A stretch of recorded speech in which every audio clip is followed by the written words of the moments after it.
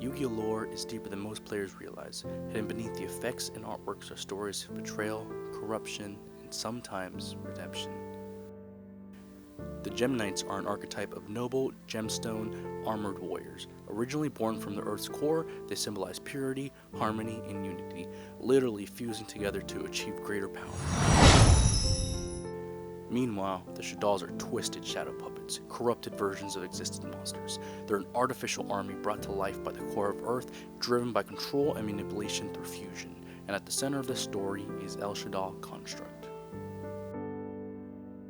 Many duelists believe that El Shaddol Construct is a corrupted version of Gem Knight Lady Lapis Lazuli. The resemblance isn't subtle, the armor, the pose, and even the stoic expression, it's all there. In the lore, it's likely that Lady Lapis Lazuli was overtaken and forcibly fused, becoming one of the first noble warriors to fall to the Shaddol's influence.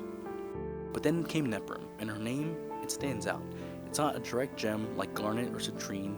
Instead, it sounds ancient, mysterious, and possibly redemptive. Let's take a look at her effect. She searches any Gem Knight card, she gives an additional extra normal summon, and she even revives herself from the graveyard. This isn't a brute force warrior. This is a unifier, a rebuilder. What if Neprim is a descendant of Lady Lapis Lazuli, or maybe the rebirth of her spirit, untainted by the corruption that turned her into Construct? Where Construct is cold and mechanical, Neprim is warm and restorative. She isn't here to destroy, she's here to bring peace, to help the Gem Knights reconnect and rebuild what was once lost.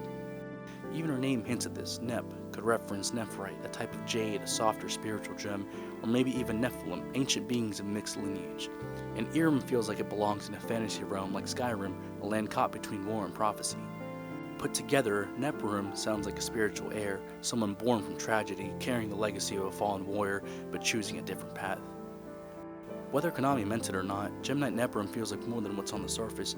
She feels like a symbol of restoration, a spiritual continuation of Lady Lapis Lazuli's legacy, but free from the shadows that took her. From corruption to clarity. If you enjoyed this theory and want more deep dives into Yu-Gi-Oh! Lore, don't forget to like, subscribe, and tell me what you think about Neprim's origins in the comments below. Until next time, keep your plays clean and your fusions pure.